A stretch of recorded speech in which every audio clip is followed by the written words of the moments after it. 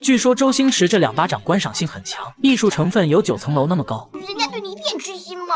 去你的！你发春呐，太灵娘了！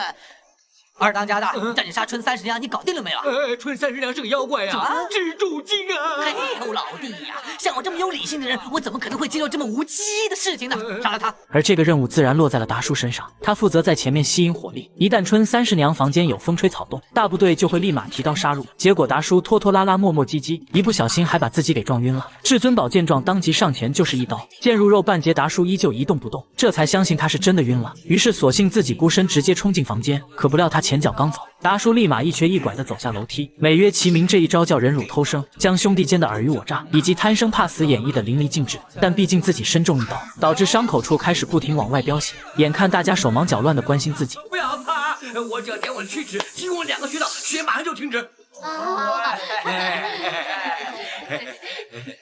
而这时，至尊宝一脸谄媚地走出房间，对所有小弟表示他遇到了一生所爱。只因春30娘的师妹白晶晶也来到了这里，一眼就将至尊宝迷得神魂颠倒，因此一场暗杀行动变成了大型求偶表白现场。为了弄清楚2人身份，达叔半夜爬上2楼打探虚实，却意外得知了一个秘密。原来春30娘在这里等孙悟空转世，是想通过他找到唐三藏吃唐僧肉长生不老。而白晶晶曾经和孙悟空是一对恋人，后来被他无情抛弃，这次来是想暴揍孙悟空替自己出气。不料孙悟空还未现世，2人却因为他的处置问题发生了口角，当即现出原形准备一决高下。见此一幕的达叔瞬间头皮发麻，不小心弄出的声响被2姐妹发现，他赶紧顺势躲进牛棚当中。而2姐妹聊着唐三藏转世之事，在四周巡查未果后，这才心有不甘地返回房间。结果下一秒，唐三藏这个消息报告大王，一定重重有赏。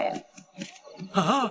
连牛都开口说话了，哎呦，这次真是百妖群集啊！达叔赶紧将刚才所见告诉至尊宝，表示山寨几百年前叫五指山，过不久孙悟空会和唐三藏在这里会合，春30娘2姐妹就是第一批妖怪，到时候群妖抢夺唐僧肉，这里铁定会成为不毛之地。怎料话音刚落，就发现2姐妹正端坐在身后位置，还向自己扮了个鬼脸。达叔见状，果断话锋一转，开始傻呵呵的胡言乱语，而这画风突变的操作整得至尊宝莫名其妙，当即让他送2姐妹回房休息，这无疑是将达叔给洋送虎口。3人一来到无人位置，达叔立马认怂，开始求饶，并说刚才一切都是随口说说。你喜欢玩是吧？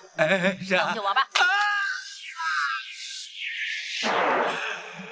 好不好玩啊？好玩，好玩再玩一次。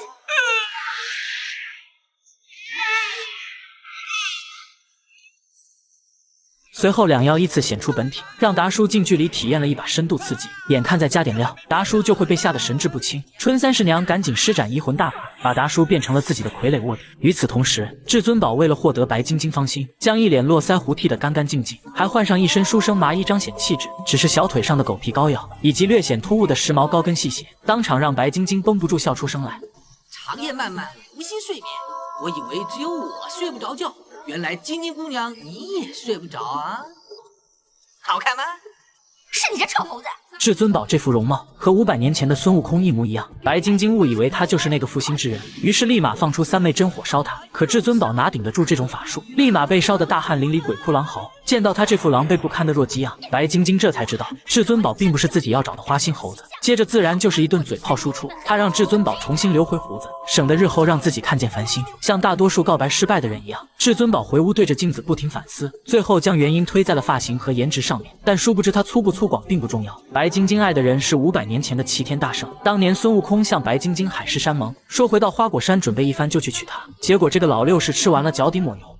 你臭猴子！我18岁那年你说会来娶我，害我白白等了3年，你给我滚出来！可此时的孙悟空并未在家，还将他们的定情信物随意交给手下，让其转交给白晶晶，单方面宣布分手。而白晶晶被孙悟空的绝情伤得肝肠寸断，这才找到紫霞仙子拜师学艺，发誓杀了孙悟空报背叛之恨。这一晃就是500年后，白晶晶回想起他们的过往，其实内心一直都对孙悟空念念不忘。殊不知至尊宝就是转世后的孙悟空，只不过机缘未到而已。与此同时，菩提老祖一路顺着消息来到五岳山，察觉到这里已经有妖怪入住。为了不打草惊蛇，他将自己变成一串葡萄混进至尊宝房间，这才敢偷偷恢复人身。但这突如其来的画风，直接让至尊宝大脑不够用了。我是菩提老祖啊！什么菩提老母啊？你占我便宜！我是菩提老祖，我是神仙，我化为葡萄是来救你的。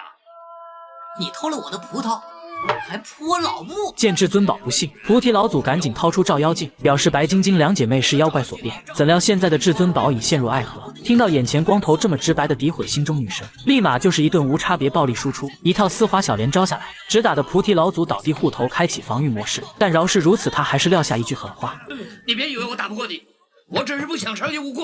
来啊！就在这时，白晶晶敲门打断了这场单方面舞斗。而在接下来的聊天中，至尊宝意外发现照妖镜里的白晶晶脸色煞白丑陋，这可是他发誓要追到手的女神。于是为了确认照妖镜没有出现误判，他360度全方位就是一通猛照。结果白晶晶依旧还是那副龇牙咧嘴、疯批头妖怪模样。至尊宝赶紧关门谢客，选择不爱了。白晶晶走后，至尊宝赶紧拿出身后葡萄，询问菩提老祖该如何保命。菩提老祖见他信了自己的话，拿出2个乾坤袋和1叠隐身符，只要能趁机靠近对方，就能顺利将两姐妹收进法宝当中。而这件事又落在了二当家达叔身上，结果由于他中了春三十娘的移魂大法，转身就把所有隐身符丢进了火堆，并且还在行动实施之前给了春三十娘一个挑眉信号。春三十娘立马心领神会，在碗底发现了隐身符的告密消息。既然提前掌握了对方意图，等众人穿着隐身符围上来时，两姐妹索性将计就计，继续喝酒谈心。众人为了确定真的看不到自己，瞎子当即大手一挥，差点没把白晶晶给恶心死。